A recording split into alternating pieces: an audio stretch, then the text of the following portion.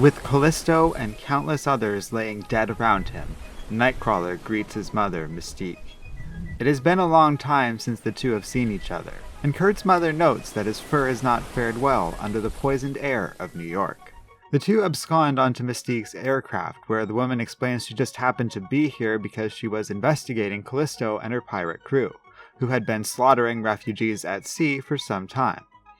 Watching this from her own vessel, Damask admires Kurt Darkholm's physique, while Wade despondently looks over the corpse of Danny Moonstar. With Damask in close but quiet pursuit, the Darkholms travel to Cold Grey, Mystique's Antarctic base of operations. While they engage in light banter for a time, Kurt eventually confronts his mother as to why she refuses to go to Avalon and see the mutant Destiny. She dodges this question, even when her son starts to get violent over it. He aggressively challenges her over her behavior around refugees, as in his eyes she takes everything they have just so they can escape America.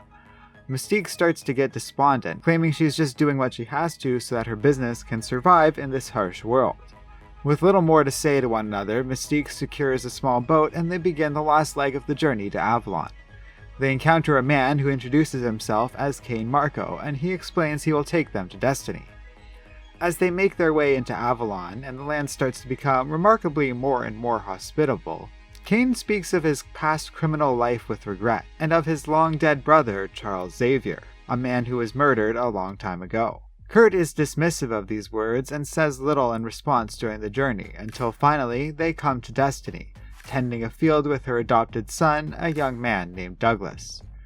Destiny welcomes the Darkholms as if they are new residents of Avalon, but Mystique states she wants Destiny to leave this place with them. Not saying a word to this, she instead takes them to meet the newest member of their small village, a young mutant named Switchback. Destiny reveals that Switchback's future showed her a grim truth. They are all about to die. Meanwhile, Deadman Wade and Damask enter Avalon, still in pursuit of their target. Damask is shocked at the sight of life around her, thinking that Apocalypse's realm was all that was really left of the Earth.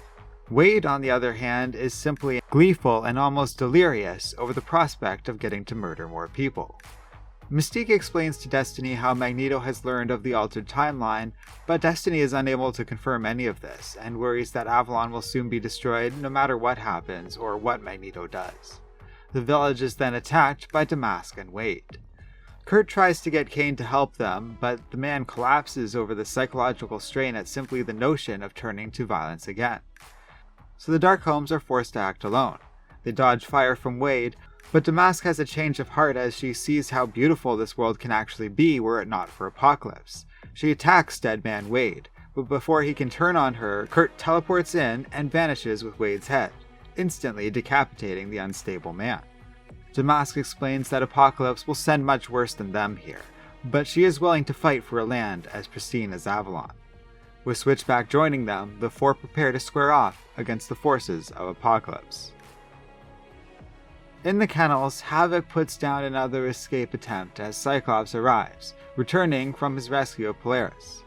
Havoc confronts his brother with news of Aurora and Northstar's injuries, and accuses Scott of having something to do with it. When one of the mutants that was trying to escape gets up and attacks Havoc, Cyclops hesitates in assisting his brother, but does wind up cutting the attacking mutant in half. Havoc remains hostile towards his brother, threatening him and rebuffing Cyclops' aid. Privately, Scott begins to agonize over the cruelty of Apocalypse's regime, and outside, Jean Grey arrives back in America and begins to infiltrate the facility. She seeks out Mr. Sinister in the hopes of convincing him to stop Apocalypse before it is too late for the world, unaware that Sinister is long gone. She is nearly overwhelmed by a number of brains that have been removed from telepathic mutants and used as a protective measure for Apocalypse's headquarters. With strain, she pushes past this, finding Sinister's room completely destroyed.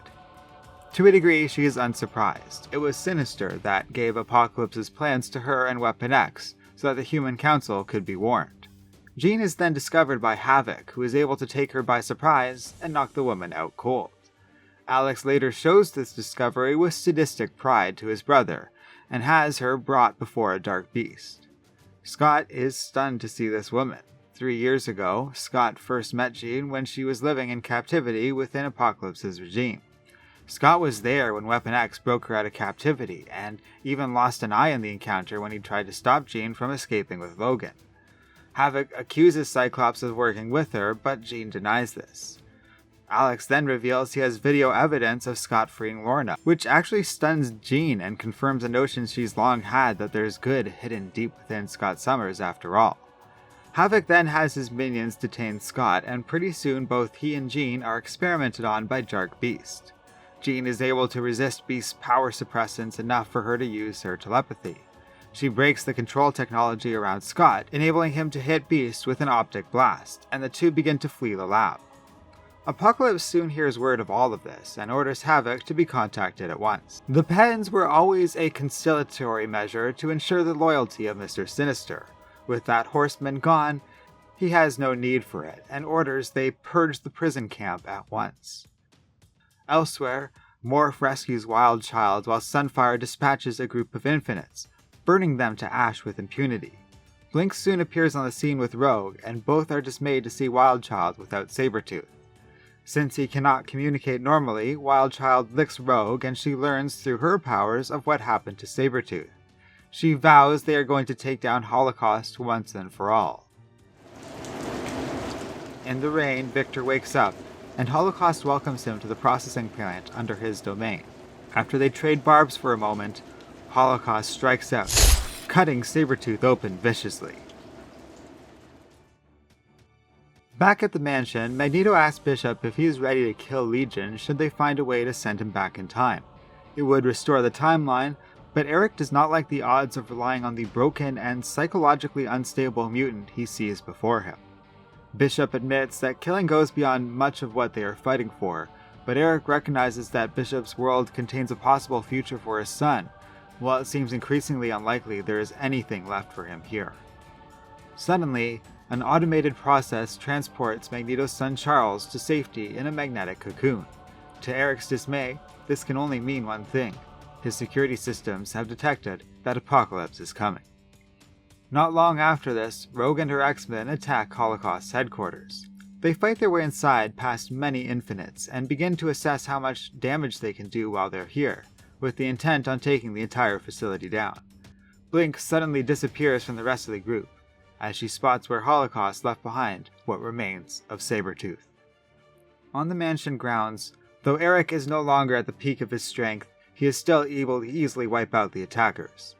He worries though, as this was too easy, and Bishop points out he recently battled Infinites in Seattle that were much stronger. It turns out they were merely a distraction. Apocalypse strikes Magneto down in a single blow. Bishop strikes out, but is no match for the Tyrant, who merely views him with vague curiosity. Apocalypse taunts Magneto, remembering that Eric once nearly killed him by destroying his celestial vessel long ago. That nearly finished Apocalypse for good, but it left Magneto half as strong as he once was, and with Apocalypse, only the strong survive.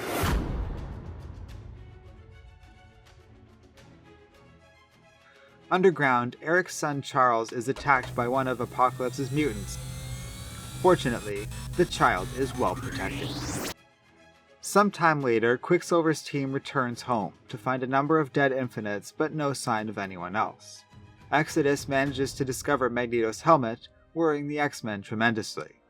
Quicksilver races off to the city, where he demands answers from Angel, who is despondent as most of his friends have gone missing or have been taken by Apocalypse's regime in recent days. Warren explains to Pietro that Bishop and Magneto were taken down by Apocalypse himself, and that Eric is being kept here at the heart of Apocalypse's power. Bishop was taken to be investigated by the Magi in their facility in Quebec, where he is telepathically tortured by the Shadow King for some time. The Shadow King is able to quickly determine Bishop's true origins, but is driven off by the X-Men before he can learn more.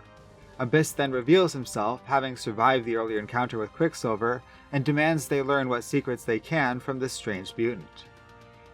Pietro is nearly overwhelmed by this news, but decides it is essential they save Bishop if his father's plans are to become a reality.